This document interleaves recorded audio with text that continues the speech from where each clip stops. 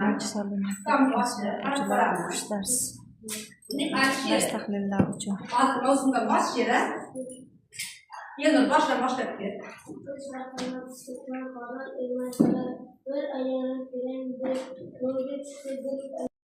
Kun tartibiga yaxshi rioya qilish, to'g'ri rioya qilishda biz kasallikni yengib o'tishimiz mumkin ekan. Mana bir xillarimiz kasal bo'ldilar, darsdan qolib ketdi, omadimiz pasayib ketdi. Birinchi bola ko'zni ko'rmas ekan. Kasal bola yo'talganda, aksirganda atrofga tarqaydida, boshqa bolalar ham mana shu virusni yuqtirib olar ekan. Shuning uchun kasal bo'lgan bolalarga biz javob berdik. Do'mak kasallikni yengib o'tishiga yordam qilamiz ana shunday. Yo'qli, ko'pchilik yuz qo'llarga qarab, Suhratjon, yuz qo'llarni yaxshilab sovunlarga yuvirsam bo'lmaydimi desam, opajon, yuz qo'lim top-toza deydi jilmayib. Bir kuni Suhratjon ertalab uyqudan uyg'ondi-yu, yostiq yonida o'tirgan, qahmoq sochli, xunukkina tishlari shirlikdanmi yoki boshqa narsalardanmi qorayib ketgan bitta bolaga ko'zi tushdi. Endi Suhratjon hayron bo'ldi. Sen kimsan? Men eng yaqin do'stim Suhratjonman. Aslida meni hech kim ko'rmaydi. Sen menga yoqib qolding. Shuning uchun ham meni faqat sen ko'ra olasan dedi bolakay.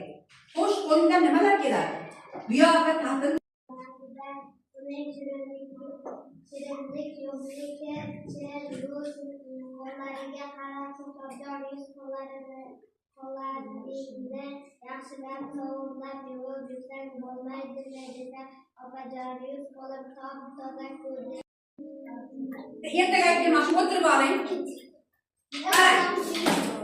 Qani o'tgan zamonda eshiting, ikkita cho'chqa bolasi bo'lgan ekan, uning onasi bo'lgan ekan. Bitta cho'chqa bolasi hamda onasi yashagan ekan bitta o'rmonchada. Cho'chqa bola juda ham tartibsiz ekan. U yuz qo'llarini yuvmas ekan, ovqatlarni betartib yer ekan. Umuman sochlari ham qaramas ekan, o'ziga ham qaramas ekan. Ovqatlarni to'kib sochmaydi ekan. Onasi ularni har doim tartib bo'lishga, toza bo'lishga chaqirar ekan, lekin u bolalar aytganini qilmas ekan. Bir kuni ikkovi onasining gapidan chiqib o'rmonning chetiga borib adashib qoldi. Eshitisini eshitcha. Adashib qoldi, bitta uyni ko'rib qoldi. Uyga kirsa, bu yerda hayalmisiz arbitrin, go'dasi do'st.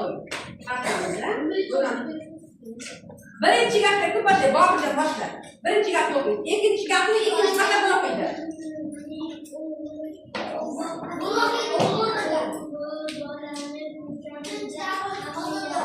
Ko'radi, bo'ldi.